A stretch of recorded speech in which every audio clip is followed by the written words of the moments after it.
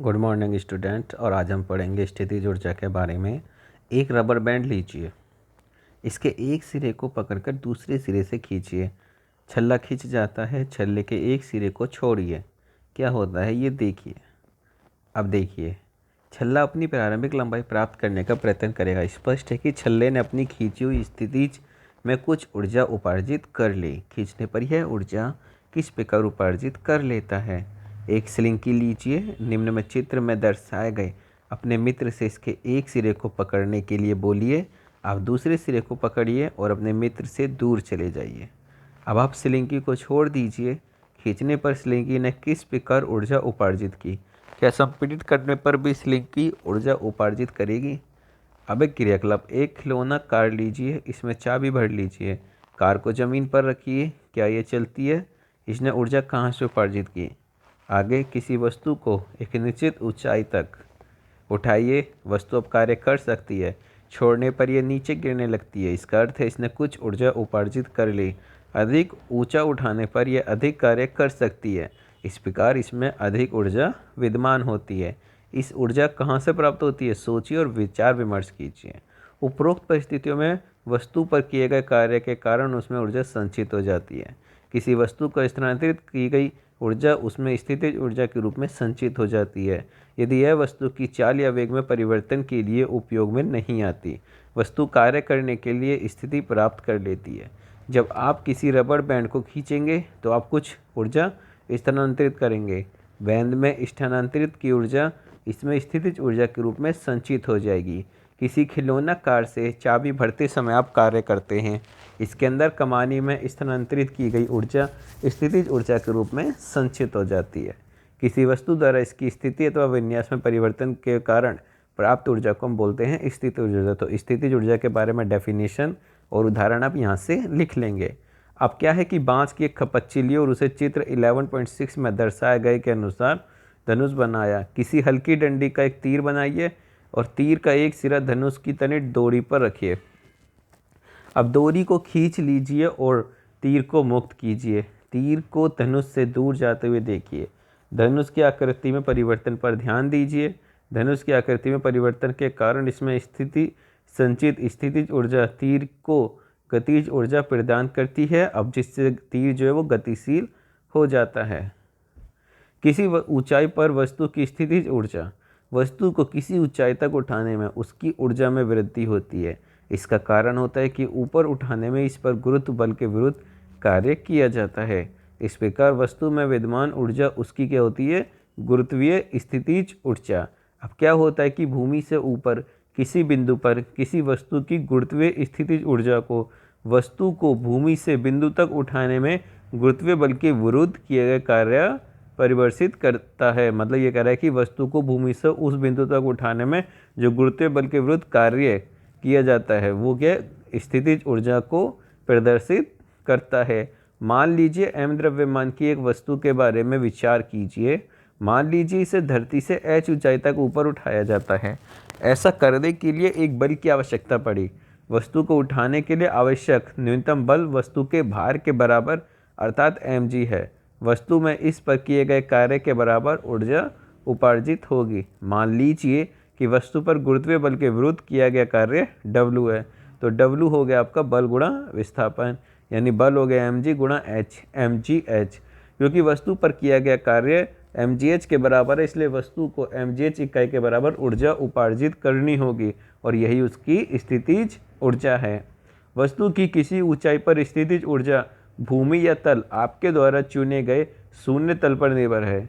किसी वस्तु के लिए दी हुई स्थिति एक तल के सापेक्ष स्थितिज ऊर्जा का कोई विशेष मान हो सकता है और किसी दूसरे तल के सापेक्ष स्थितिज ऊर्जा का कोई दूसरा मान हो सकता है।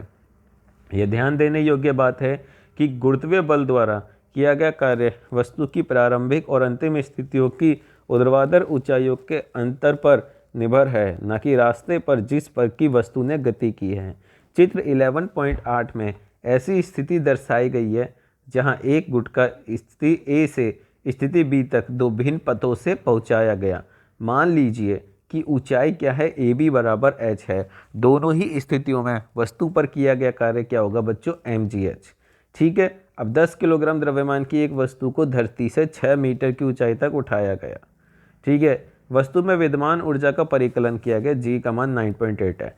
वस्तु का द्रव्यमान है 10 kg, h 6 और गुरुत्वीय त्वरण हो गया 9.8, तो mgh निकाल दी। उसी तरीके से 12 किलोग्राम द्रव्यमान की एक वस्तु धरती से एक निश्चित ऊंचाई पर स्थित है। यदि वस्तु की स्थितिज ऊर्जा 480 जूल है तो वस्तु की धरती के सापेक्ष ऊंचाई ज्ञात कीजिए। दिया है कि परिकलन में सरलता के लिए जी का मान 10 मीटर प्रति सेकंड स्क्वायर लें। वस्तु का द्रव्यमान होता है बच्चों 12 किलोग्राम और स्थितिज ऊर्जा होती है आपकी 480 जूल। तो ई पी हो गई आपकी mgh, यानी ई की वैल्यू 480, एम की वैल्यू 12, जी की वैल्यू 10 और एच की वैल्यू निकालनी है। क्या ऊर्जा के विभिन्न रूप परस्पर परिवर्तनीय हैं? क्या हम ऊर्जा को एक रूप से दूसरे रूप में रूपांतरण कर सकते हैं? प्रकृति में हमें ऊर्जा रूपांतरण के अनेक उदाहरण देखने को मिलते हैं। लीजिए m द्रव्यमान की एक वस्तु h ऊंचाई से स्वतंत्रता पूर्वक गिराई जाती है। प्रारंभ में स्थितिज ऊर्जा mgh है और गतिज ऊर्जा शून्य है। गतिज ऊर्जा शून्य क्यों है? यह शून्य है क्योंकि इसका प्रारंभिक वेग शून्य है। इस प्रकार वस्तु की कुल ऊर्जा mgh है। जब यह वस्तु गिरती है तो इसकी स्थितिज ऊर्जा गतिज ऊर्जा में परिवर्तित हो जाती है। यदि किसी दिए गए क्षण पर वस्तु का वेग v है तो गतिज ऊर्जा क्या होगी, हाफ mv², और वस्तु नीचे गिरेगी तो उसकी स्थितिज ऊर्जा कम हो जाएगी, गतिज ऊर्जा बढ़ जाएगी। वस्तु धरती पर पहुंचेगी तो h बराबर 0 हो जाएगा, वस्तु का अंतिम वेग v अधिकतम होगा, इसलिए अब गतिज ऊर्जा अधिकतम और स्थितिज ऊर्जा क्या होगी, कम होगी सबसे। तथापि सभी बिंदुओं पर वस्तु की स्थितिज ऊर्जा गतिज ऊर्जा का योग समान रहता है, अर्थात स्थितिज ऊर्जा प्लस गतिज ऊर्जा इक्वल टू अचर mgh प्लस हाफ mv²। यदि वस्तु की गतिज ऊर्जा तथा स्थितिज ऊर्जा का योग उसकी कुल यांत्रिक ऊर्जा है। हम देख सकते हैं कि किसी पिंड के मुक्त रूप से गिरते समय इसके पथ में किसी बिंदु पर स्थितिज ऊर्जा में जितनी कमी होती है, गतिज ऊर्जा में क्या होती है बच्चों, उतनी ही वृद्धि होती है। इस पर गुरुत्वीय स्थितिज ऊर्जा का गतिज ऊर्जा में रूपांतरण हो जाता है। अब 20 किलोग्राम द्रव्यमान का कोई पिंड 4 मीटर की ऊंचाई से गिराया गया। सारणी प्रति स्थिति में स्थितिज ऊर्जा और गतिज ऊर्जा की गणना आप कर ही लोगे, तो आप करना नहीं आए तो बताना। जैसे ये है, जब 4 हो, जब 3 हो, जब 2 हो, जब 1 हो, तो यहाँ पर mgh दे ही रखा है और mv²/2 और फिर इन दोनों को जोड़ के यहाँ लिखना है, तो आप ये कर लोगे। अब कार्य करने की दर बच्चों, देखो क्या हम सब एक ही दर से कार्य करते हैं? क्या मशीनें ऊर्जा का उपयोग तथा रूपांतरण समान दर से करती हैं? अभिकर्ता जो ऊर्जा रूपांतरण करते हैं विभिन्न दरों से कार्य करते हैं। आइए इसे निम्न क्रियाकलाप से समझें। दो बच्चे, मान लीजिए ए और बी के बारे में विचार किया।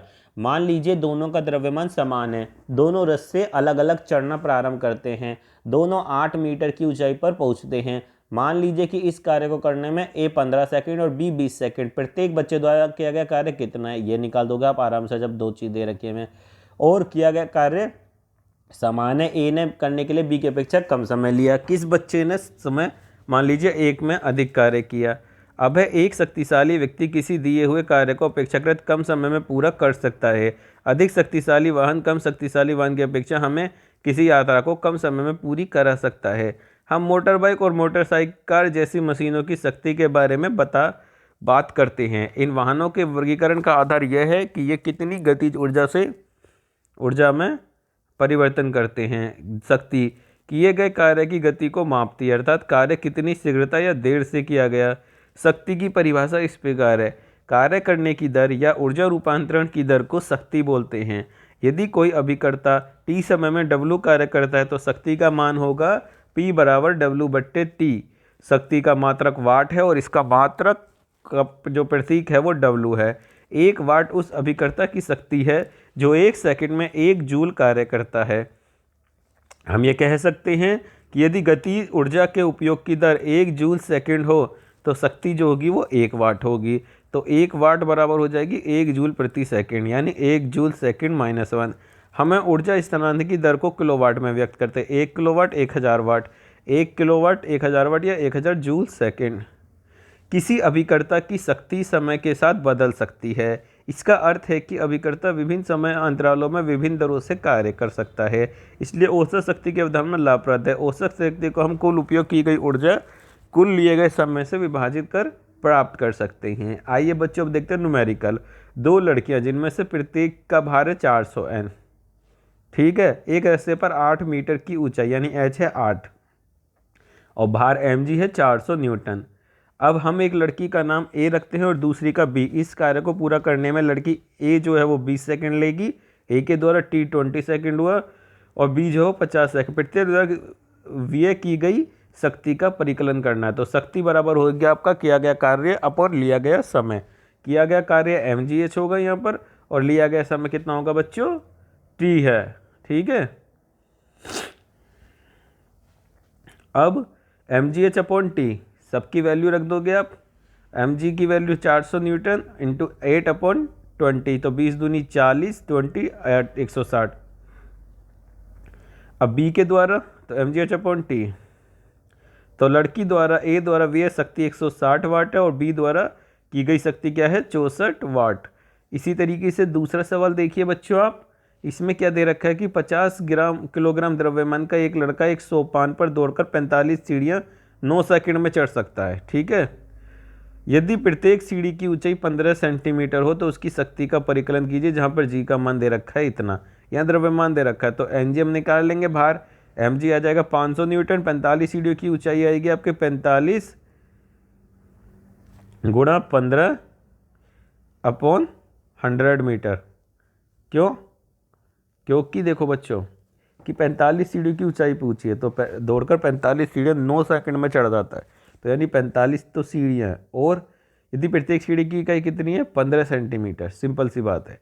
और यहाँ पर ये चीज़ मीटर में सब दे रखे, तो हम क्या करेंगे 1 मीटर में कितने सेंटीमीटर होते हैं 100 सेंटीमीटर, तो 1 सेंटीमीटर में कितने मीटर हुए 100, 1/100, तो 1/100 से इसे डिवाइड कर दिया तो मीटर में आ गई। चढ़ने पर लगा समय 9 सेकंड है। P द्वारा किया गया कार्य अपॉन लिया गया समय, तो mgh अपॉन T वैल्यू निकाल दोगे। शक्ति क्या है इसकी परिभाषा दोगे, 1 वाट शक्ति की परिभाषा दोगे, ये वाला न्यूमेरिकल निकालोगे, ठीक है। औसत शक्ति की भी परिभाषा आप देंगे। ये चारों क्वेश्चन आपको मुझे करके दिखाने हैं बच्चों।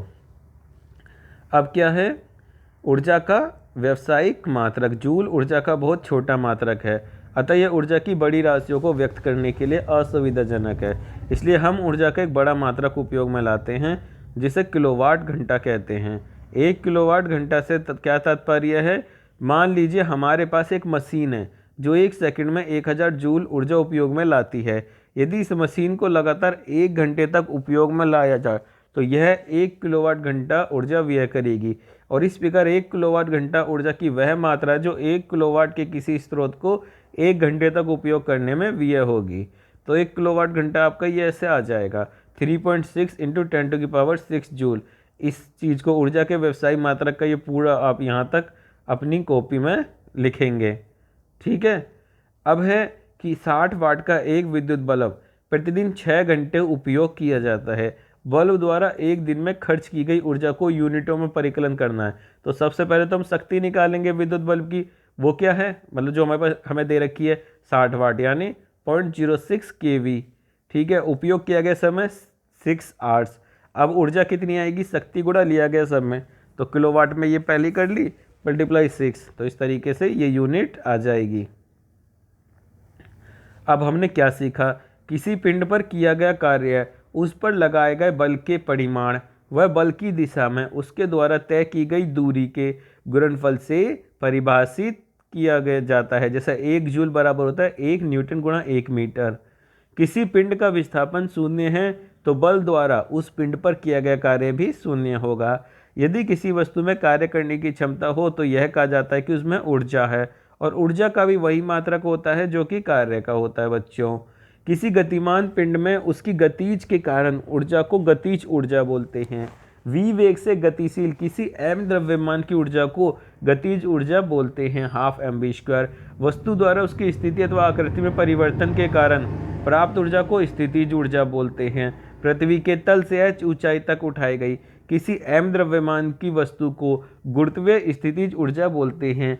ऊर्जा संरक्षण का नियम के अनुसार ऊर्जा को केवल एक रूप से दूसरे रूप में परिवर्तन किया जाता है। ये ना तो उत्पन्न की जा सकती है और ना इसका विनाश होता है, ये सदैव अचर रहती है। प्रकृति में ऊर्जा विभिन्न रूपों में विद्यमान रहती है, जैसे गतिज ऊर्जा, स्थितिज ऊष्मीय, रासायनिक।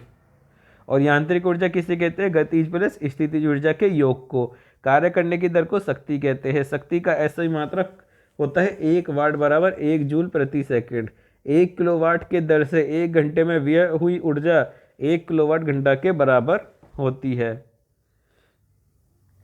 इसमें से न्यूमेरिकल निकाल के देखना जितने भी हैं, और जो ना हो तो मुझे बताइएगा, ठीक है? फिर अपन निकालेंगे। ठीक है बच्चों, ओके बच्चों, जय माता दी।